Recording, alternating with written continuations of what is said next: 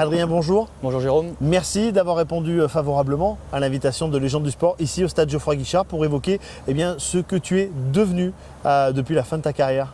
Déjà, merci à toi Jérôme de me réinviter dans les Légendes du Sport, c'est toujours un plaisir. Depuis la fin de ma carrière, tu vois, maintenant c'est Saint-Étienne, ma ville natale, et puis je travaille dans les transports en commun où je suis contrôleur. Contrôleur donc dans les transports en commun de la ville de Saint-Étienne. Tu es resté à Saint-Étienne, oui, toi le Stéphanois. Ah oui, Stéphanois, on ne peut pas partir quand on a vécu ici toute sa jeunesse. Repartir, ça a été trop dur, donc non, j'ai préféré m'installer ici. Tranquille avec ma petite femme et mes enfants. Non, au moment où je jouais, je n'avais pas l'idée de me reconvertir dans les transports en commun de Saint-Étienne. Je pensais faire une carrière beaucoup plus longue que celle qu'elle n'a été, mais bon, on ne peut pas reculer, revenir en arrière et je prends tout ce que j'ai pris et c'était du positif. Tes sensations quand tu as refoulé la pelouse du stade Geoffroy Guichard? La chair de poule, tu te remémores des bons moments, des souvenirs avec tes collègues et puis le titre de champion de France, la fête ici après le match de Châteauroux avec les supporters, ça reste des moments inoubliables. Et là, ces premiers pas avec la nouvelle configuration? Avec la nouvelle configuration du stade, tu te dis que le football a vachement évolué par rapport à il y a 15 ans, 17 ans.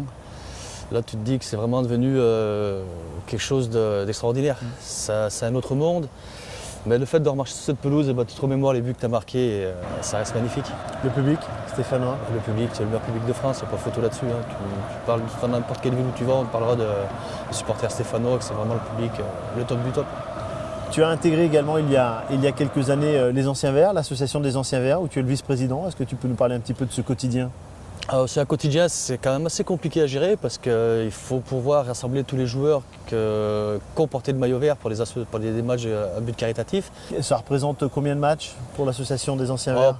Dans la saison, c'est surtout c'est 4, 5, 6 matchs grand maximum, mais c'est toujours à but caritatif.